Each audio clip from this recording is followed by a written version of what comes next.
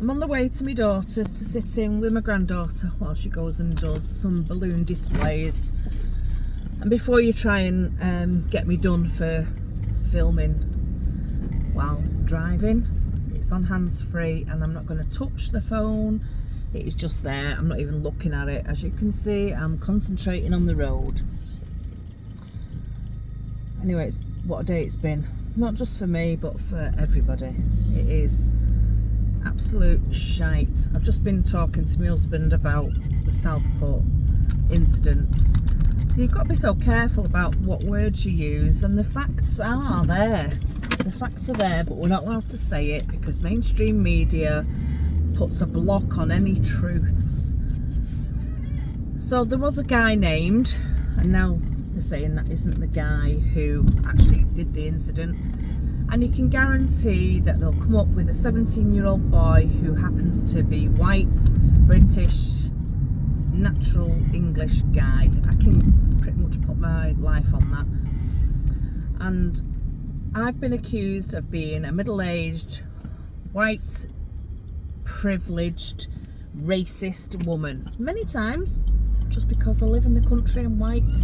Absolutely nothing to do with the facts. I've got so many friends who are from every single nationality, background, orientation, and they were all born British.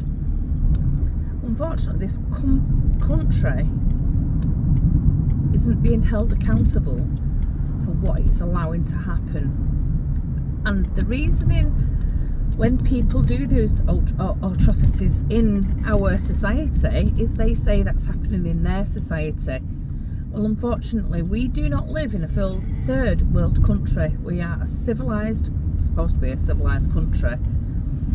If I lived in a third world country, I would be devastated, honestly. You would want to escape. But don't come to a civilised country who are trying to protect you and cause devastation when a country has protected you, given you solace away from the devastation that you were fighting from. And it just seems to be a bit of a coincidence that the person is 17 and 17 is an age where you can't be named. Absolutely disgusting. I would be shouting this person's name from the rooftops if I knew it. I would be naming and shaming. Nobody should be allowed in this country without being vetted, without having medical vetting done as well, because they're not only bringing in terrorism, they're bringing in diseases from wherever they've come from in the country.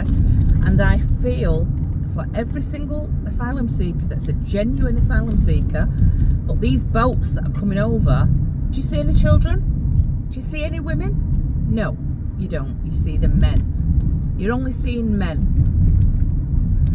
Why is that? Because they are coming here to set up army in this country. Eventually we are going to be the minority, if not I think we are already. And it's not about colour, it's not about sexual orientation, it's not about anything like that. It's about our country. It does not belong to Britain anymore.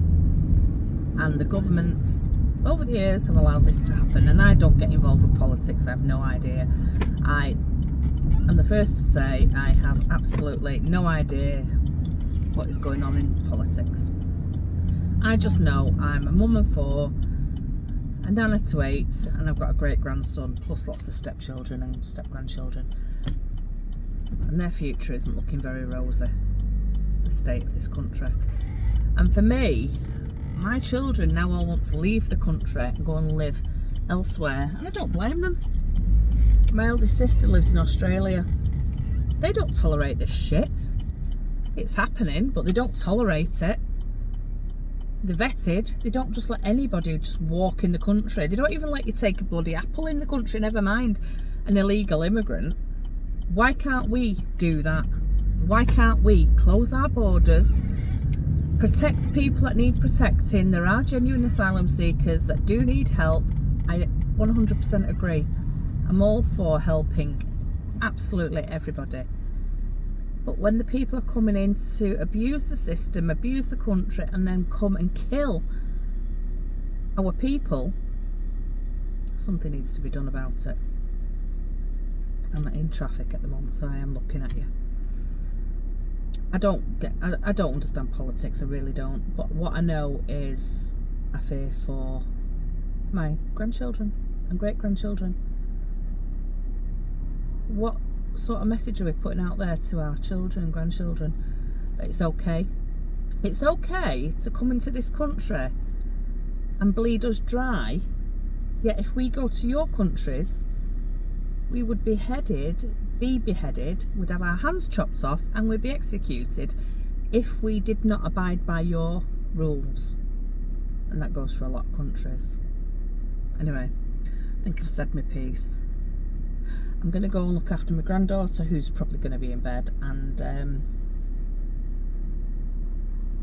enjoy family, because we've got to enjoy what we've got. Because God forbid anything like this happens, and it'll keep happening, because these nutters are allowed to be out there on the streets hiding under their age because they won't be named. And these groups of terrorists use young people because they know they'll have minimal sentences. Absolutely disgusting. If I was to be speeding now or caught on my camera now on my phone, I'd have the book thrown at me. Absolutely, 100%. I can't get away with going 1-2 miles over the speed limit. How do these people get away with walking around with knives, guns and bombs? It's one rule for one and one rule for another. And unfortunately, I'm in the minority that gets done for absolutely everything. Anyway, take care of yourself. I'm not going to turn the phone off. I'll wait until I stop and then edit it. So you might have a long journey with me getting to my daughter's, but I just want to... I'm fuming. Absolutely not fuming. Devastated. The state of this country. The state of this country.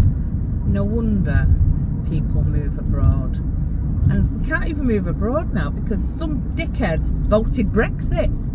And I wasn't one of them, I'll be honest with you, because I'm not racist at all. I'm not a white, privileged, middle-aged woman like I'm being accused of. I like diversity. I love multicultural society because I think we all thrive. But it's got to come with a price, hasn't it? It's got to be monitored and it's got to be looked out for. We've got to be looked out for, and we've got to be safe in our own country. I'll tell you now, if I go to Turkey and break the rules, I would have my head caved in and I'd be locked up for a very long time. So that needs to happen here. Just saying. Bye for now.